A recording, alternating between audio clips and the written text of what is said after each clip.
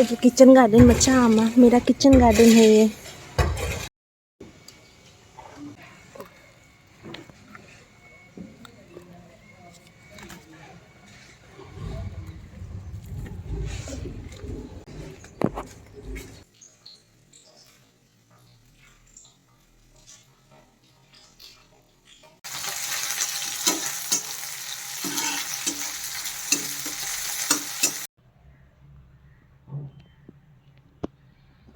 Hi ma'am, hi everyone, welcome to the channel. आज फिर से एक मुकबन लेके आई हूँ। डिश है वो है फिश करी, छोटा वाला fish curry and eromba, योंगचाक eromba. और यहाँ पे कुछ सलाद है, उमोरोक है। तो इसी के साथ मुकबन स्टार्ट करते हैं।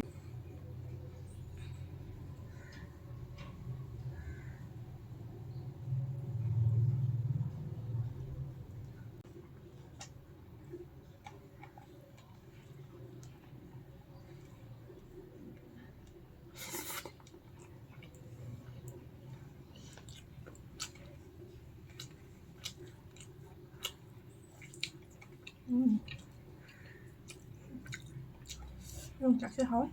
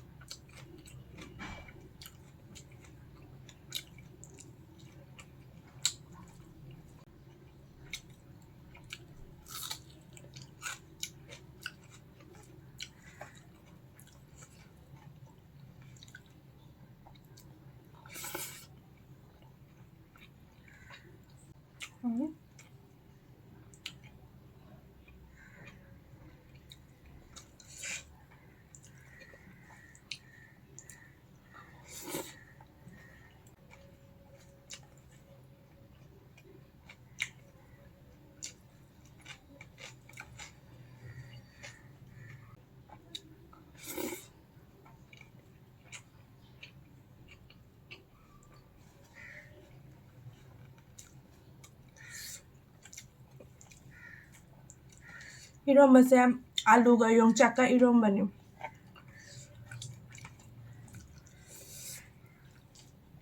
ꯍꯧꯖꯤꯛꯇꯤ ꯌꯣꯡꯆꯥꯛꯀꯤ ꯃꯇꯝ ꯂꯣꯏꯁꯜꯂꯛꯑꯕꯅꯤꯅ ꯌꯣꯡꯆꯥꯛꯁꯦ ꯑꯀꯪꯕ ꯑꯣꯏꯅ ꯇꯤꯡꯉꯒ ꯏꯔꯣꯜꯂꯦ꯫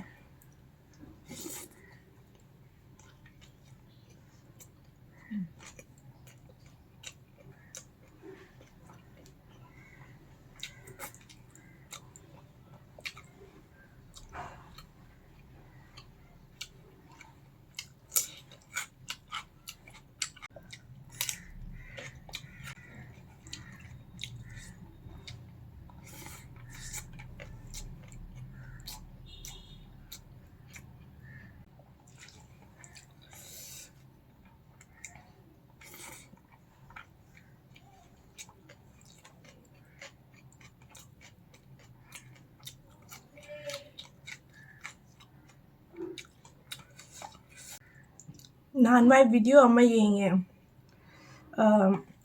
ꯀꯁꯥꯔꯔꯣꯟꯒꯤꯅꯤ, ꯁꯤꯜꯆꯔꯔꯣꯟꯒꯤ꯫ ꯃꯥꯅ Q&A ꯇꯧꯕꯗ ꯀꯃꯦꯟ ꯈꯔ ꯄꯥꯔꯛꯄ, ꯑꯗꯨꯒ ꯅꯣꯏ ꯀꯁꯥꯔ ꯃꯤꯁꯦ ꯉꯥꯗ ꯑꯥꯂꯨ ꯍꯥꯞꯄꯤ, ꯑꯥꯂꯨꯗ ꯑꯗꯨꯝ ꯆꯥꯂꯩ, ꯉꯥꯗꯕꯨ ꯉꯥ ꯊꯣꯡꯕꯗꯕꯨ ꯑꯥꯂꯨ ꯀꯅꯥ ꯍꯥꯞꯅꯒꯦ? ꯃꯌꯥꯝ ꯂꯩ ꯍꯥꯞꯄ꯫ ꯅꯣꯏ ꯑꯥꯂꯨ ꯆꯥꯗ꯭ꯔꯒ ꯑꯩꯈꯣꯏꯁꯨ ꯆꯥꯅꯨ ꯍꯥꯏꯕ ꯂꯩꯕ꯭ꯔꯅꯦ? ꯃꯤ ꯑꯄꯥꯝ ꯑꯄꯥꯝꯕꯅꯤ꯫ ꯑꯗꯨꯒ ꯅꯣꯏꯔꯣꯝꯗ ꯑꯥꯂꯨ ꯆꯥꯗ꯭ꯔꯒ ꯑꯩꯈꯣꯏꯔꯣꯝꯗ ꯑꯥꯂꯨ ꯆꯥꯏꯌꯦꯅ ꯀꯃꯦꯟꯇꯕꯨ ꯑꯗꯨꯃꯥꯏꯅ ꯏꯔꯩ꯫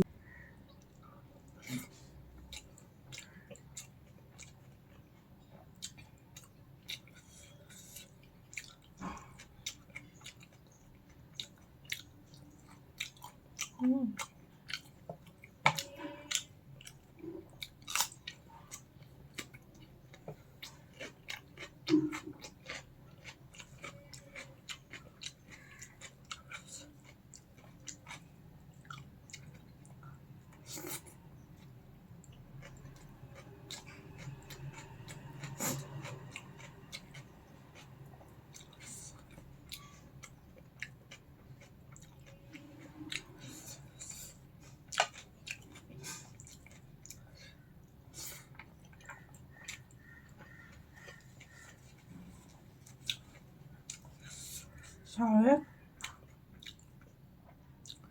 ꯃꯣꯔꯣꯛ ꯅꯠꯇꯦ ꯅꯨꯡꯁꯥ ꯌꯥꯝ ꯁꯥꯏ ꯂꯥꯡꯉꯦ ꯌꯥꯝꯅ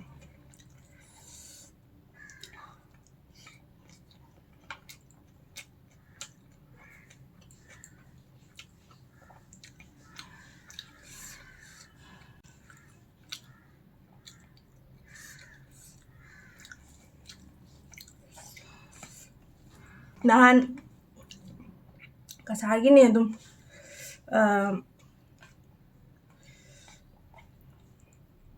ꯑꯍꯥꯟꯕꯒꯤ ꯑꯩꯅ ꯍꯥꯏꯕꯗꯨꯗꯤ ꯃꯧꯅꯤꯀꯣ ꯃꯧ ꯅꯍꯥꯅꯤ ꯀꯨꯏꯗ꯭ꯔꯤ ꯃꯥꯏ ꯂꯨꯍꯣꯡꯕꯁꯦ ꯃꯥꯏ ꯆꯦꯅꯦꯜꯁꯦ ꯀꯁꯥꯔ ꯑꯦꯟꯖꯦꯜ ꯍꯥꯏꯅ ꯂꯩꯕꯅꯤ ꯑꯗꯒꯤ ꯅꯍꯥꯟ ꯊꯦꯡꯅꯔꯤꯗꯨꯅ ꯑꯩ ꯈꯟꯕꯗ ꯂꯩꯁꯥꯕꯤ ꯑꯣꯏꯔꯝꯒꯅꯤ मासे Q&A तौबदा मीना कमेंट तौरगा हाइरेये हुगी मुकबंग तौरो हैना अदुबु हाइनाब्राने अदुमाइनाबु कमेंट पिनाब्रा एदि इंगंगौरे दुमाइना हाइरकपदुबदि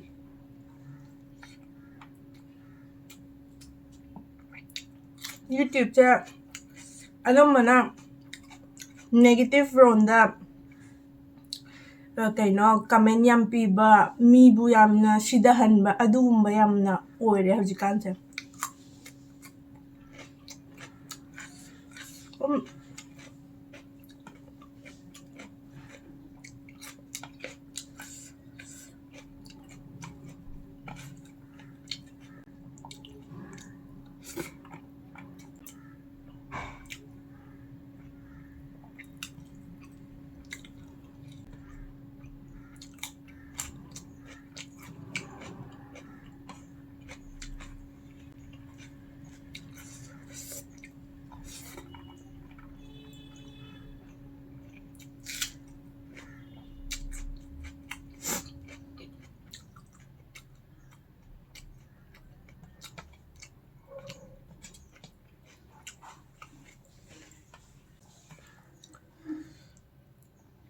नहानवाइदी यम कइनो दिनदासे यम फरमे नोंग चुबनिना हजिक्ति नोंग चुबसु गुवाहाटीदा लेपे अदुना नुंसा खुसा अमनि 3-4 days फारे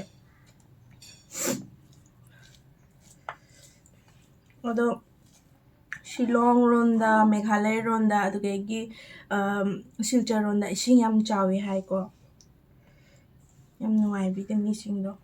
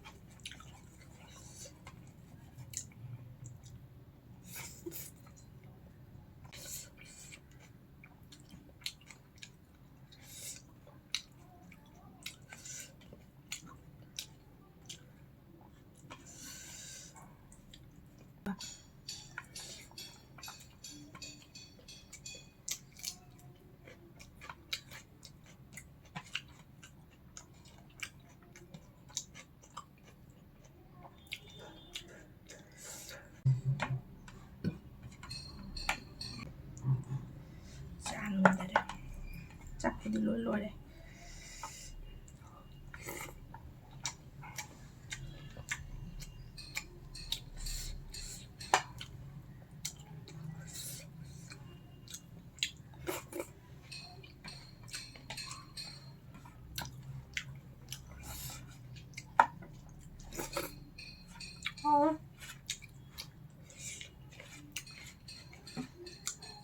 Howdy, ma'am.